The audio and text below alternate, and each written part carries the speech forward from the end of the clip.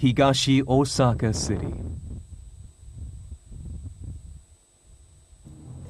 With 6,000 small and big factories, it is a key industrial area in Japan. One workshop here has made a major decision. Marutaka Chuzo, established in 1959. Applying a metal casting technique that uses sand molds, they make components for manufacturing equipment and valves for ships. We make relatively big parts. The biggest weighs about 2 tons. The president is Yoshihiro Takai, who is in his 70s. Their main specialty is large-sized components, which are considered difficult to make due to the buildup of unnecessary air inside. So what kind of decision has Mr. Takai made? We're shutting down this month. I've wanted to do that from 3 or 4 years ago. Mr. Takai plans to close shop at the end of the month. The factory has been long managed by Mr. Takai and his wife, Hisae.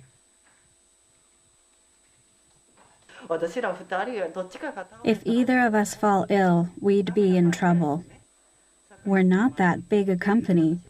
We wanted to quit before we caused trouble for everyone around us. So now's the time. A picture of her husband in front of a burning furnace. At the height of the business, sales reached $3 million. They employed about 50 workers, but in a corner of the office, a case for time cards. Noticeable are the empty slots. Now, they only have 9 workers. So is business that bad to have to call it quits?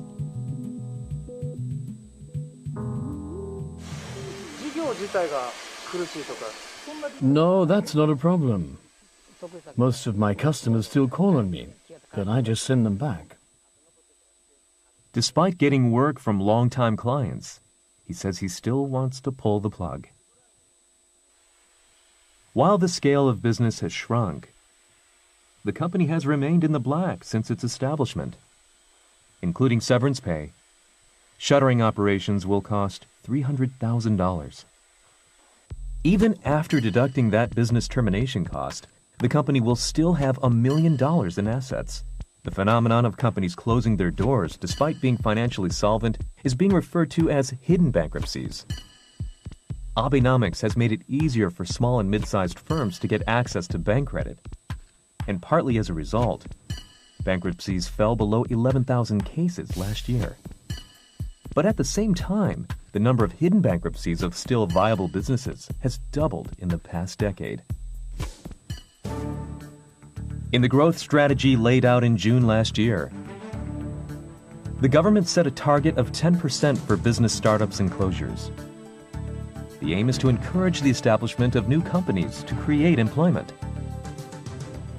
We want to raise the startup rate and closure rate. The aim is to improve the metabolism of industry. But concerns are being raised by the manufacturing sector.